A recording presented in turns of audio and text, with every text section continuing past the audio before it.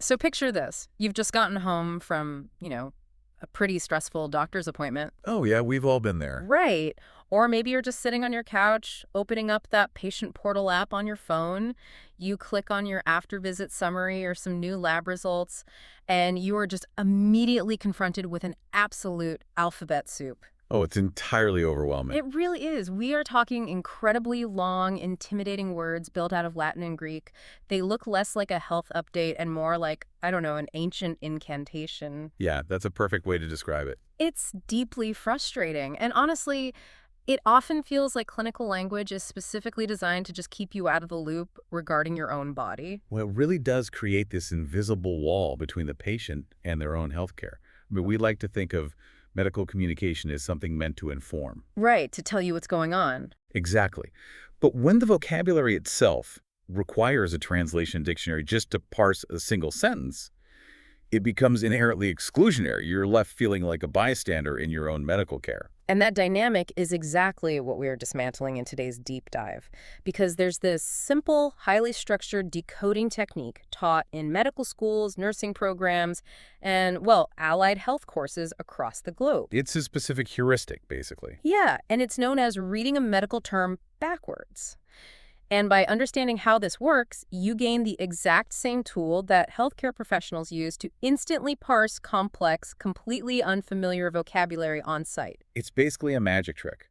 The fundamental concept we're exploring relies on a very specific linguistic quirk in how modern medicine structures its terminology. Which is what, exactly? Well, medical terms are spelled forward, meaning, you read the letters from left to right on the page, just like any normal English word. But their clinical meaning is translated and defined backward, from right to left. Okay, so spelled left to right, defined right to left. Yes, exactly. To actually apply this code-breaking technique, we first need to understand the individual puzzle pieces that make up this terminology.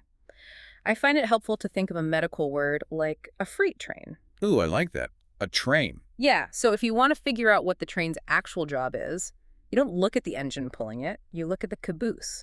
That caboose tells you if it's, say, a passenger train, freight train, or a logging train. That analogy is highly effective here, mostly because it mirrors the rigid structure of clinical language.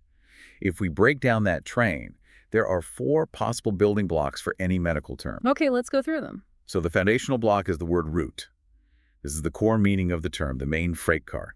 It's almost always a physical body part, a bodily substance, or a color. Like cardi for heart. Right, exactly. Or arether for red, or hepat for liver. So the root is essentially the what or the where of the word. Correct. Then you have the suffix, which is your caboose. This is attached to the very end of the word, and it gives the term its action. Meaning what is actually happening to that root. Yes. The suffix indicates a procedure being performed, a specific disease state, or a condition. It dictates what's happening. Which leaves the engine of the train. Right, the prefix. This is the optional engine at the front of the word. Not every medical term has a prefix. Oh, really? I assume they all did. No, actually. But when it is present, it modifies the route by indicating location, size, number, or time. You might see hyper-meaning excessive or sub-meaning below. Got it. So we have the prefix at the front, the root in the middle, and the suffix at the end. But you mentioned 4 building blocks. Ah, yes. The 4th is the combining vowel. This is typically just the letter O, and it has absolutely no meaning of its own. Wait, no meaning at all. None whatsoever. It functions purely as the coupling between the train cars. It exists for phonetic reasons, basically to bridge the other parts together so the word is actually pronounceable for a human mouth. To kind of smooth over the collision of ancient Greek and Latin consonants. Exactly. Okay, let's put this into practice for everyone listening. If we take a word like gastrectomy and simply read it left to right on a screen, gastrectomy. Yeah, it just washes over you as pure medical jargon. Right. But if we apply the rule and go straight to the caboose, the suffix is gastrectomy. And in medical terminology, gastrectomy always means the surgical removal of. And from that suffix, you jump back to look for a prefix. In this specific word, there isn't one. So we settle in the middle at the root. Which is gastra. Right. Derived from the Greek word for stomach. So we define it backward. Hysterectomy, the surgical removal of. And gaster, the stomach. Put it together and you have the surgical removal of the stomach. It works perfectly. Suddenly, it is a highly literal, specific set of instructions rather than a confusing label. but this brings up an interesting mechanical question. Okay, what's that? If we are constantly stacking different Greek and Latin train cars together, relying on that combining vowel to make it pronounceable, how do we know when to use the O and when to drop it? There's actually a strict phonetic logic governing that combining vowel, and it's quite elegant. The rule is that the O drops entirely if the suffix already begins with a vowel. Oh, because you don't need a bridge if there's already a vowel present to carry the sound. Precisely. Take the root gaster for stomach and add the suffix itis, which means inflammation. Because ileitis starts with an I, the O drops. And it simply becomes gastritis. It prevents us from awkwardly stumbling over gastritis. Exactly. But the vowel stays when the suffix starts with a consonant, or, crucially, when it's used to bridge two distinct roots together. Okay, give me an example of that. So if a patient presents with inflammation of both the stomach and the intestines, we need to link the root for stomach gaster with the root for intestines, which is enter. So the coupling remains between the two freight cars. Right. We use gastro plus entero plus the ileitis. The O drops before the ileitis because of the vowel rule, but it remains between the stomach and the intestine roots. Giving us gastroenteritis. Yes. Decoding that backward, deritis is inflammation, enter is intestine, gaster is stomach. Inflammation of the intestines and stomach. That beautifully highlights how much power the suffix holds. I mean, the root might tell us where we are in the body, but the suffix dictates the entire clinical reality of what is actually happening. Oh, the suffix is undoubtedly the most vital piece of clinical information in the word. Let me illustrate this. Consider the root osteo, which means bone. Okay, bone. If I attach the suffix itis, I get osteitis, which is bone inflammation. But if I swap that suffix for a porous poroidals, meaning a porous condition, I get osteoporosis. Which is a loss of bone density. Exactly. That is not an inflammatory disease at all. The entire disease category just shifted based entirely on the ending. Wow. And if we add another root into the mix, like arthro for joint, and attach the osteitis suffix, we end up with osteoarthritis. Right, a degenerative joint disease. It's the same foundational root, bone, but three vastly different diagnoses based on the caboose of the train. The precision this system offers is really why it became universally adopted. I think Willem Einthoven's work is the perfect historical proof of that precision. Oh, absolutely, Einthoven. Right. He won the 1924 Nobel Prize in Physiology or Medicine for inventing the string galvanometer. This was basically the first practical way to record the electrical activity of the heart. And those early versions of his device were massive. They filled entire rooms. Patients actually had to sit with their limbs submerged in buckets of salt water to conduct a current. Which is wild to think about, but look at how this exact suffix logic was deployed to name the different facets of his invention. Is a textbook demonstration of the method. The prefix and root remain constant across the board. Electro meaning electricity, and cardi meaning heart. Yeah, the differentiation is entirely in the suffix. You have the electrocardiogram.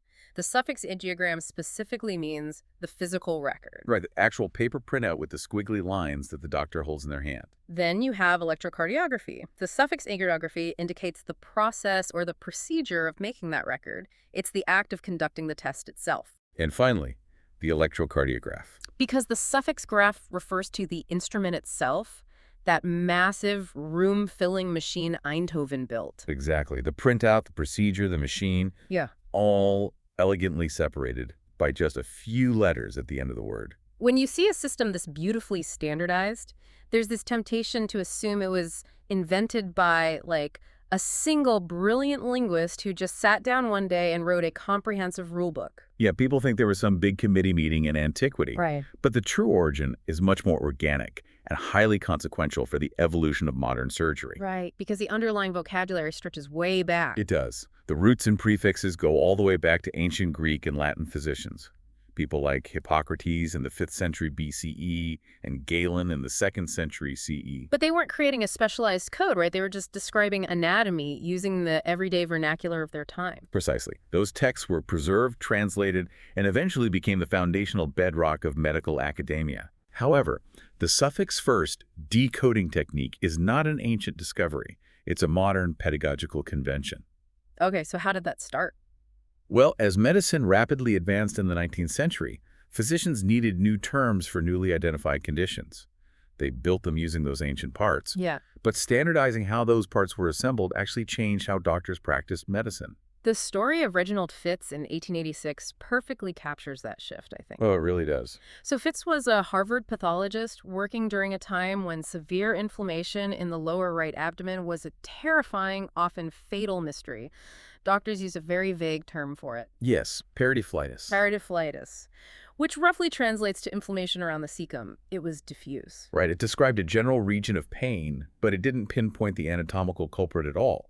Because the terminology was so vague, the clinical response was hesitant. Doctors would often just watch and wait while the patient deteriorated. Which is terrifying. But then Fitz presents a landmark paper where he introduces a brand new, perfectly decodable word, appendicitis. Yes. He takes the root appendic for the appendix and adds the suffix itis for inflammation. So by coining a precise root plus suffix construction, he isolated the exact anatomical structure that was failing. And the clinical implications of that linguistic shift were massive. By giving the disease a specific, localized name, it pushed the entire medical field away from passive observation. And toward early surgical intervention, surgeons now had a specific named target to remove. Exactly. It really reminds me of the Industrial Revolution when manufacturing industries standardized sprue threads. Having precise, universally understood, interchangeable parts allowed complex machinery to be built and repaired reliably. That's a great comparison. In medicine, standardizing the vocabulary literally saved lives by standardizing the surgical response. It was a profound historical pivot. As the medical field expanded, particularly during the mid-20th century nursing boom, this method of decoding from the suffix backward became formalized in classrooms. Oh, because of the post-war era demand? Right. There was a massive demand for medical personnel, which necessitated a fast, reliable way to teach tens of thousands of complex terms to a new generation of healthcare workers. And this is where the textbook stepped in to codify the rule. Yes. The technique was heavily popularized by foundational texts, most notably Davy Allen Chabner's 1981 book, The Language of Medicine. That textbook tradition is the true origin of the technique as it is taught today. Okay, so while the system is incredibly robust, I do want to explore its limitations. Because if we rely exclusively on this suffix-first decode trick, it feels like we might develop some serious blind spots. Oh, absolutely. Yeah. You are touching on a major pedagogical debate within medical education right there. Really, there's a debate about it. Yes. There's this ongoing tension between teaching decomposition, which is breaking the word down by its roots and suffixes, versus whole word recognition. I see. Because not every piece of clinical vocabulary can be perfectly decomposed into a Greek and Latin train set. Right. Critics of the strict decoding method point out that a vast amount of everyday clinical language resists this formula entirely. Eponyms are a clear example. Ah, eponyms. These are diseases or anatomical structures named after the person who discovered them, right? Yes, or sometimes the first patient diagnosed with them. Parkinson's disease, Alzheimer's disease, Down syndrome. There are no Greek roots to decode there. You simply have to memorize the clinical presentation associated with the name. And acronyms also bypass the system entirely? They do. Terms like LASIK or MRI stand for complex phrases. Laser-assisted in situ keratomalusis or magnetic resonance imaging. They're whole word signifiers, not decomposable structures. But the exceptions I find most fascinating are the folk language borrowings. These are words that sound highly medical to the modern ear, but their origins lie completely outside the laboratory. Like influenza. Yes, influenza is a perfect example. It sounds like it belongs in a pathology textbook, but it actually derives from the Italian word for influence. Which is so interesting. It references the medieval astrological theory of disease. Right, because outbreaks of the illness were believed to be caused by the influence of planetary alignments or bad air long before they knew what a virus was. Exactly. And quarantine operates the exact same way. Yes, from the Venetian phrase 40 giorni, meaning 40 days. During the Black Death, ships suspected of carrying the plague had to anchor off the coast of Venice for a 40-day waiting period. So if you try to apply suffix-first decoding to quarantine or influenza, the system completely breaks down. Presenting those historical borrowings as if they can be decoded is a classic misuse of the technique. But there's actually a much more dangerous trap when it comes to relying too heavily on suffixes, isn't there? It involves a linguistic concept called polysemy. Oh, yes. The polysemy trap. So if we apply the decoding logic to a word like hematoma, starting with the suffix oma, well, I know carcinoma and melanoma refer to cancers. Right. And the root hemat means blood. So the suffix first method points toward a blood cancer. And that deduction is incredibly logical. It perfectly illustrates the biggest flaw in the system. You follow the rule flawlessly, but the conclusion is clinically incorrect. Because suffixes are polysemous. Yes, they can have multiple context-dependent meanings. While oma certainly means tumor in the context of carcinoma, it can also simply mean a mass or a localized collection. So a hematoma isn't a cancer at all. No, it's not. A hematoma is just a localized collection of clotted blood under the skin. It's a bruise. Wow.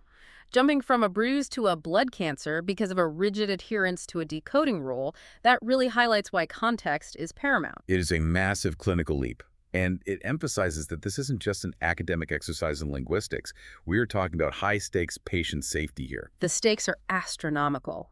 I know organizations like the Institute for Safe Medication Practices continuously track medical errors based on sound-alike and look-alike word parts. Because a single misread letter can alter a patient's entire treatment plan. Give us an example of that. Well, consider the prefixes hyper and hypo. Hyper meaning excessive and hypo meaning deficient. Exactly.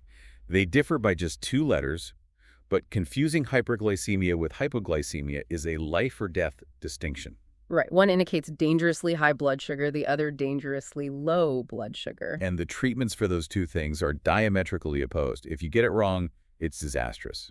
The surgical suffixes are equally unforgiving. We established earlier that hypnectomy means to cut out and completely remove an organ. Right. But the suffix otomy simply means to make an incision, to cut into something and then stitch it back up. And then you have ostomy, which means to create a new permanent surgical opening in the body. So if a surgeon is operating on the colon, a colectomy, a colotomy, and a colostomy represent 3 entirely different procedures. With vastly different recovery times and lifelong impacts for the patient. Mixing those suffixes up in a patient chart is a recognized, devastating category of medical error. Which perfectly illustrates why understanding these prefixes and suffixes isn't just about preventing hospital errors for the practitioners. No, it's a vital, empowering tool for the patient, for you, to navigate your own healthcare journey. Let's bring this back to the scenario we started with. You open up your patient portal and read your discharge papers. If the diagnosis says cholecystitis, you don't need to panic at the sight of a 12-letter word. You just look at the caboose. Pacinitis. Right. You immediately know you're dealing with inflammation. And if a scan reveals nephrolithiasis, you decode the suffix lithiasis, which specifically means the presence of stones. Or hypoxemia. The suffix ischemia points to a blood condition.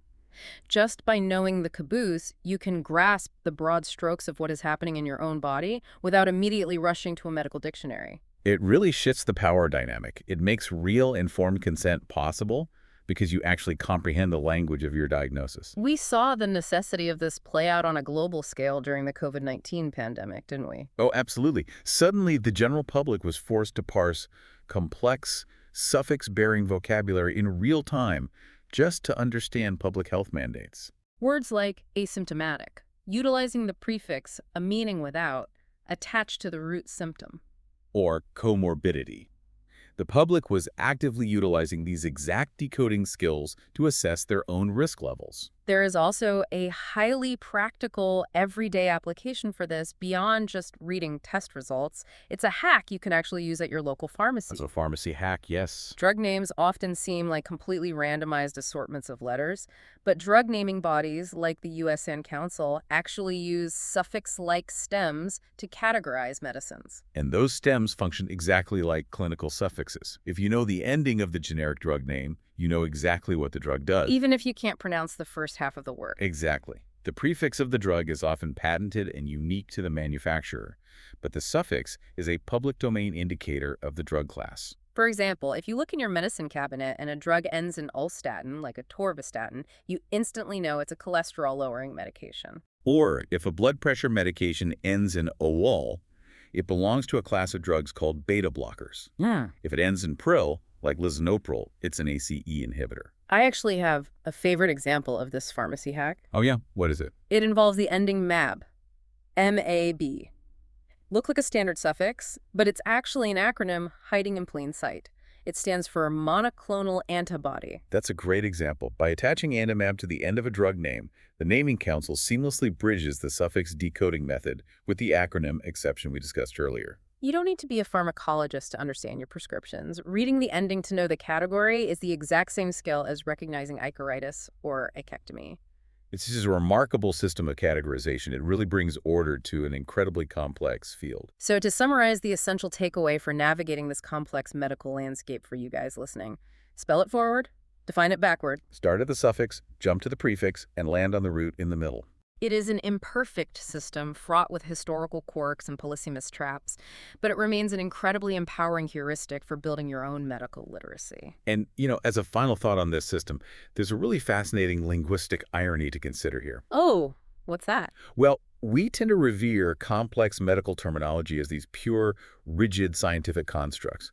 But consider a common, everyday English word like television. Okay, television. It fuses the Greek root tele, meaning far, with the Latin root visio, meaning seeing. Right.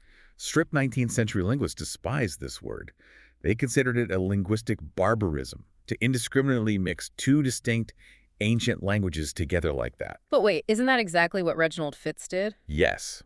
That exact same barbaric Greek-Latin hybrid method is precisely how Fitz built the word appendicitis, attaching a Greek suffix to a Latin root.